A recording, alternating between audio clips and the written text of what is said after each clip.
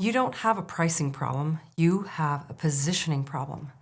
And if you've been told to just charge more, I'm going to show you today why that advice on its own will probably backfire in your small business, whether you're an electrician, a roofer, or a massage therapist, or more. Any trades business. But first, what is price positioning?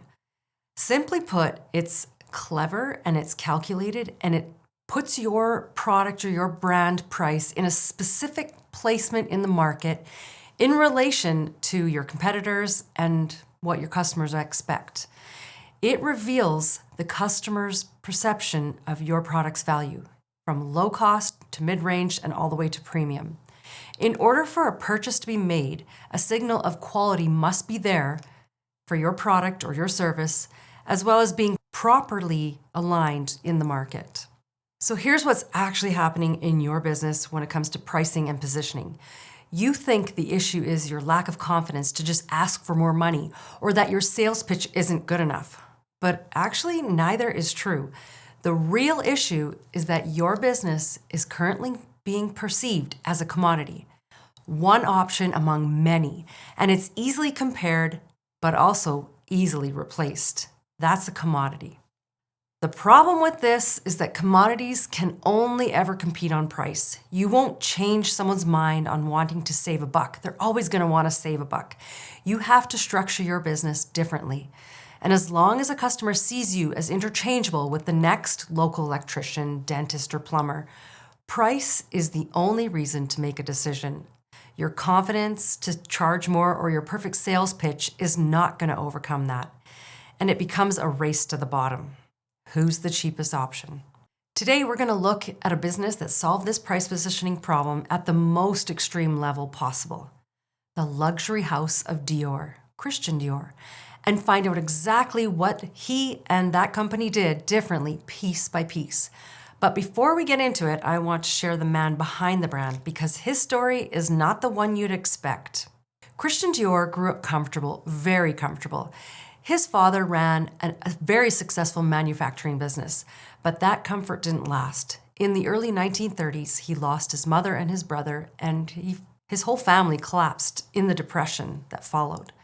And Dior himself wound up being broke and sleeping on a friend's floor after actually trying to make a go of it with one business. But being so run down from all of it, he contracted tuberculosis and spent a year recovering.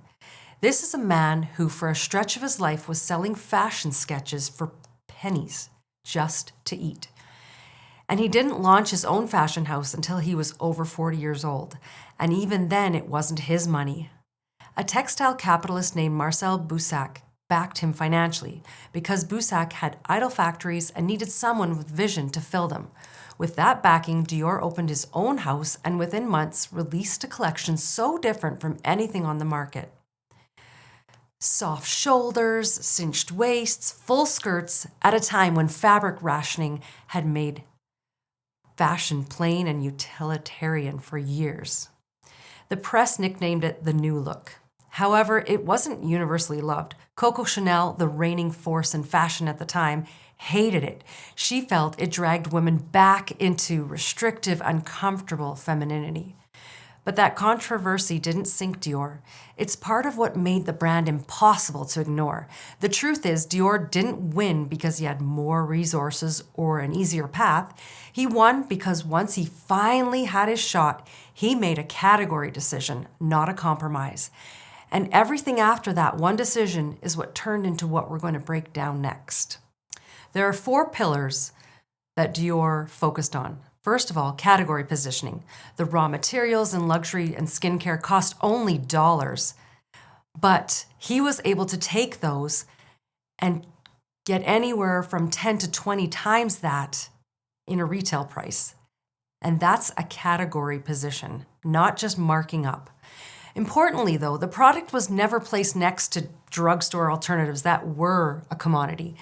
It was in a completely different conversation and category on its own. What category is your business actually competing in?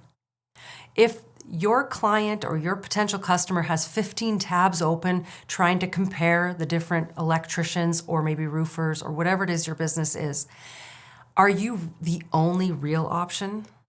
So let's go back to Dior. Boussac offered him an existing, already built fashion house to revive. But Dior said no. He wanted his own name, his own category, built from zero. Here's the lesson for your small business. If you're settling on the easy, already existing lane instead of building your own category, you have not made that decision to be in your own category. You're just at a race to the bottom of price with the price that you're charging for whatever it is that you're selling. Pillar 2, the engineered experience.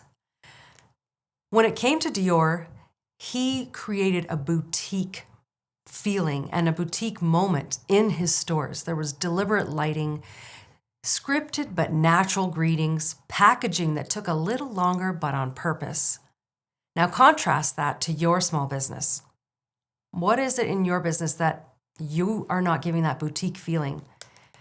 Something as simple as a generic text confirmation, a sloppy invoice, inconsistent greeting, depending on who's talking to the customer first. Those are all the opposite of a boutique feeling. You don't have to have a boutique to give your customers a sense of feeling important and that they're making the right choice and that they're choosing something that is different from all the competitors. Your boutique moment is the first 5 minutes of contact, that first phone call, the first estimate, the first invoice. We like to test some of our clients on just even the phone call. When we call their business, do we get the same answer when the person answers, or do we get different experiences? We did this not that long ago, and the person who answered the phone was very shaky. They were very, not confident at all. And it almost was like scratchy phone in the background. You couldn't even really tell what they said, and they certainly didn't know what they were selling. So if that's what's happening in your business when somebody calls, that is not a boutique feeling on that first touch point with a potential client. Test your business. Pillar 3, operational consistency. The polished front of house only works because the invisible operational backbone behind it is consistent. And that is the product that you're selling, even as a dentist, even as a massage therapist. So some of the failures that might be happening in your business that aren't acting premium, even though your marketing says that you're premium, are things in your operation that need to stay consistent. So from crew to crew, are they handling things the same way on the job? Call to call. So every time someone calls your business, are they getting a different variation of your business? Christian Dior died at 52, just 10 years after opening his fashion house. Yves Saint Laurent, 21 years old, stepped in as a creative director even before Dior died, but he ended up taking over. And eventually, Marc Bohan ran it for over a decade. The brand survived multiple leadership changes because standards were documented and repeatable. That's the whole operational system. If your business would fail or fall apart, if you got sick or had to take time off, that's not a staffing problem. That's a systemization issue. Pillar 4, status and pricing psychology. Luxury buyers aren't buying the item that you're selling or the service that you're selling. They're buying an answer to, what does choosing this say about me? Premium clients want confirmation that they made a smart decision, not a cheap decision. Premium positioning is just a way of charging more while reducing your volume so that you can reinvest that capacity into quality. That's all it is. It's not just raising your price because you think you're confident enough to do it and keeping the same model without changing the quality. Pricing without positioning and experience and operations in place first to just overcharging, that will collapse fast. So pick one of these pillars that we just talked about. I'm not handing you one action that fixes everything. I want you to diagnose your weakest lever in your business and start there. If your positioning is weak, you have constant price comparison for your customers. They're comparing you to 15 other electricians. Your position is weak. Are you in Dior's own category mode, or did you settle for the existing lane? Did you just jump in where everybody else is doing your business? Maybe the experience is weak in your business. When the client calls in, maybe they get a weak experience with whoever's talking to them first. You get the sale, but it doesn't feel premium once they work with you. The first contact moments aren't engineered. They're just whatever happens. Maybe it's your operations that are weak. The quality of your communication depends on who's on the job. That's not a good place to be. Could your business survive you stepping away the way Dior's house survived, losing its founder? And then there's pricing psychology. You might be weak there. You've fixed the other 3 weaknesses, but you're still underpricing out of fear. Your price isn't connected to the identity the client is buying. You have to remember to do the connection. So in your business, here are some examples that might be true for you. Let's say you're an electrical contractor and you want people to feel like they did it right once, the job is done right. The reality is your customer prides themselves on being smart and hates cutting corners because they know that it backfires. You can find a guy on Kijiji to swap this panel for $1,500, but you're not the guy who hires a wannabe electrician to mess with his family's grid. You want this permitted, labeled perfectly, and bulletproof so you never have to look at it again. That's why it's $4,500. That's what you might say as an electrician to your potential client, or that's how you sell the identity. Now, let's say you're a plumber and you want to portray that by hiring you as the plumber, there's going to be 0 drama. That's the identity you're selling. Here's the reality. The client values their own time and peace of mind above everything else. They view themselves as too busy and successful to deal with amateur mistakes. So here's your script. Okay, we're $2,000 higher than the budget guy down the street. Why? Because when we leave, this tankless system is 100% done. No leaks, no callbacks, no dealing with a flooded basement on a weekend. If you want the cheapest price, that's not us. If you want 0 drama, that's what you're paying for. Let's say you're an HVAC company.